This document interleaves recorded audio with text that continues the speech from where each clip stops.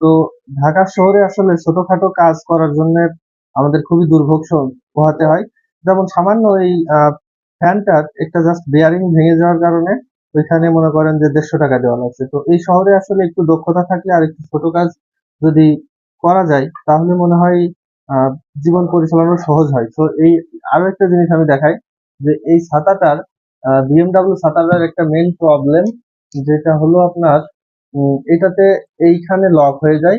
আহ, এই কোম্পানির উচিত এইখানকার এই প্রবলেমটা সলভ করা এবং এইখানটা যখন আমরা মেকানিকের কাছে সারাইতে যাই, এগুলো আসলে খুব রেয়ার, পাওয়া যায় না এই সারানোর মানুষগুলা।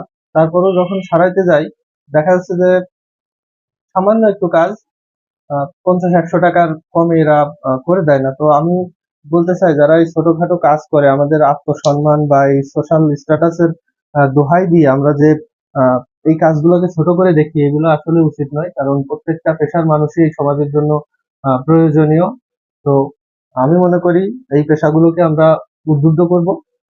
তো এই কথা বলে আমি শেষ করছি। ধন্যবাদ সবাইকে। আসসালামু আলাইকুম।